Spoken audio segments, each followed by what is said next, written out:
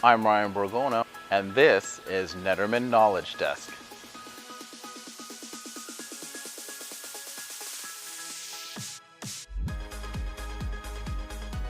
So welcome to the Nederman Knowledge Desk. I think the purpose of this Knowledge Desk is really just to talk about a whole bunch of stuff that's related to our industry: dust collection, dust collectors, welding fumes, fume extraction, automotive industry, Okay. a lot of the health effects. And today on the show, our first episode, we've got Daniel Lumia, who's our local engineer up in Canada. Thank you for having me. Thank you for taking some time out to be here. Today's topic that we're going to be covering is combustible dust. So I guess the first thing I want to talk about with you is what can be considered combustible dust in an industrial environment. Okay, so basically, if your company is processing any type of wood dust or agricultural products, metals, chemicals, plastics, pretty much it covers a very wide range of dusts. The dust created in those processes all have potential to be a combustible dust.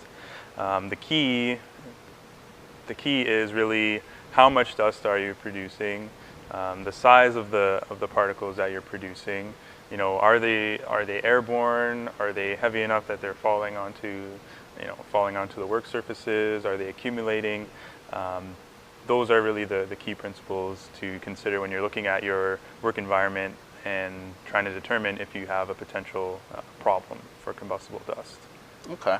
Yeah. So is there like is there a scale of, like, you know, one dust is more combustible than another? There is a scale, and so in the industry, it's a scale.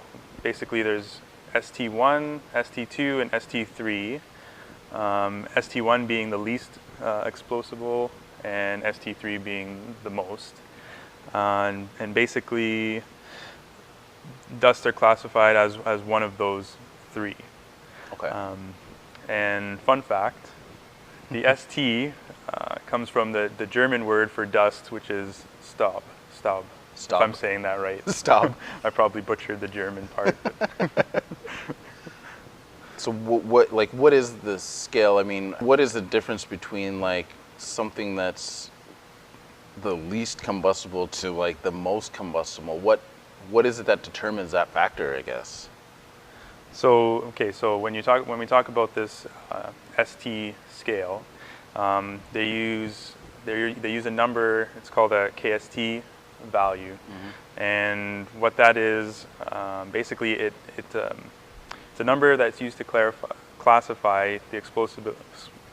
Sorry, the KST value is the number that classifies the explosive severity of the dust. So it's basically the maximum rate of pressure rise created by that dust when it's exploding or when it's ignited.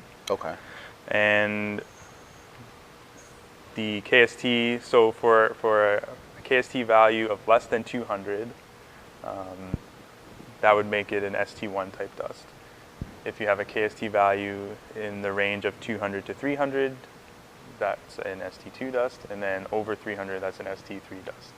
And so when you're saying, like, KST 1, 2, 3 at the beginning, Yeah. it's really 100, 200, 300? Is that how that's not quite. classified? So it's 200 and below. Okay. KST is the ST1. Oh, okay. And then in between 200 and 300, that's ST2, and then above. Gotcha.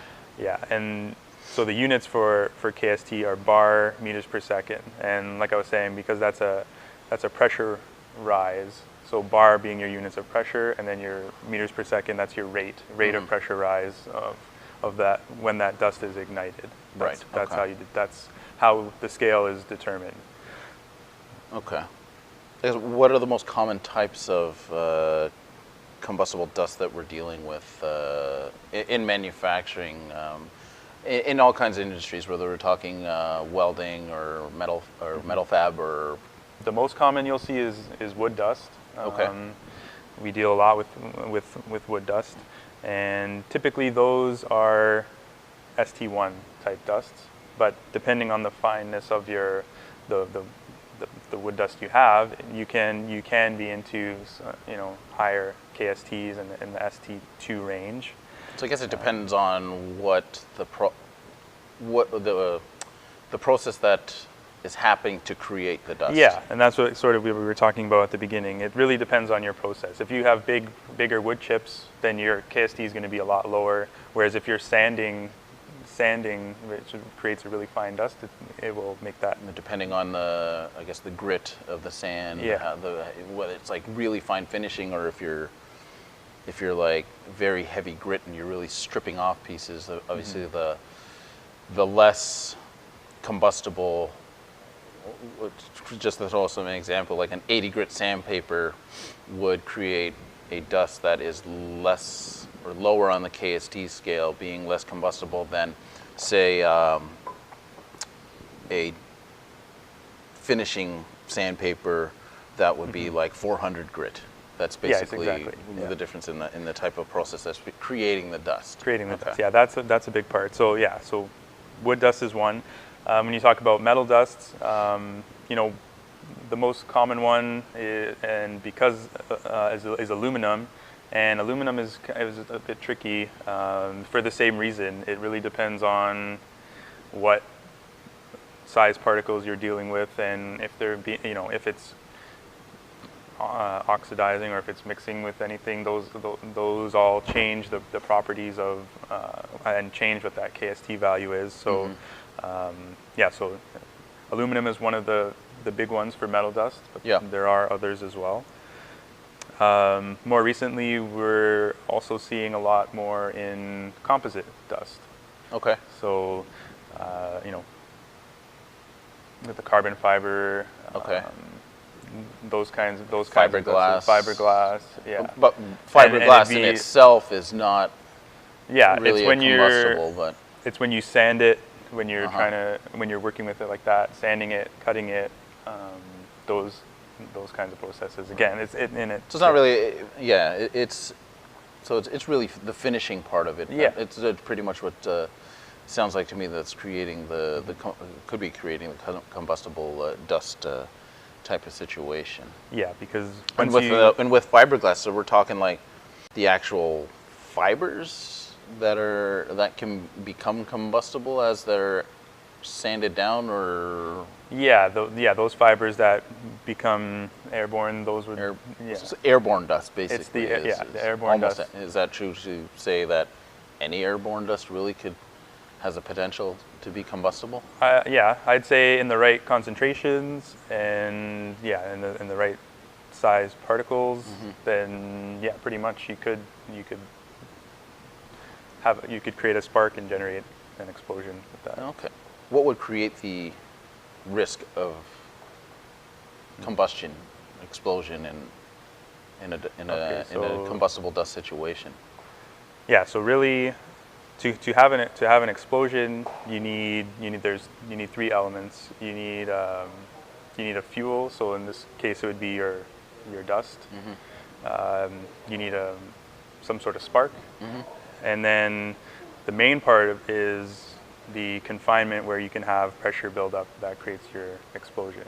Okay. So the goal in our industry is to take away, one of those elements to prevent your explosion. To prevent the explosion. Yeah. Okay. Okay. Cool. Yeah. So that's a lot of interesting stuff with combustible dust there. So are there any other ways a manufacturing company can prevent combustion? Yeah, the best way to protect against a combustible dust explosion is to have your dust tested. Every process is different, like we talked about. So the best thing you can do is get a sample of your dust. There are many companies that will take this sample of dust and they will ignite it inside a 20-liter or a meter cube sphere, and they'll use that to determine your KST value, and they'll tell you, that will give you an idea of what type of dust you're dealing with. And from that point, once you know that, then you can start talking to people about safety, for example, dust collection, and how you should do that The right properly. kind of the right- extraction, I guess. Yeah, the right kind of okay. extraction. You know, if you need grounded equipment, if you need a dust collector that's got explosion venting. So, yeah, the main thing is you have to know the dust that you're dealing with. You have to know its properties, and the best way to do that is just to have it tested. Awesome. Yeah. Cool. A lot of information there for all of our viewers there to process, and that's really great stuff. And yeah, thanks for coming on and giving us all that information. You're welcome. All right. Thanks again for having me. Awesome.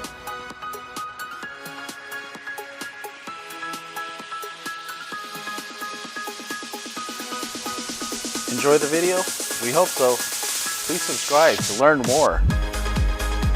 Push that button right down there. And subscribe to learn more from Nederman and the Nederman Knowledge Desk.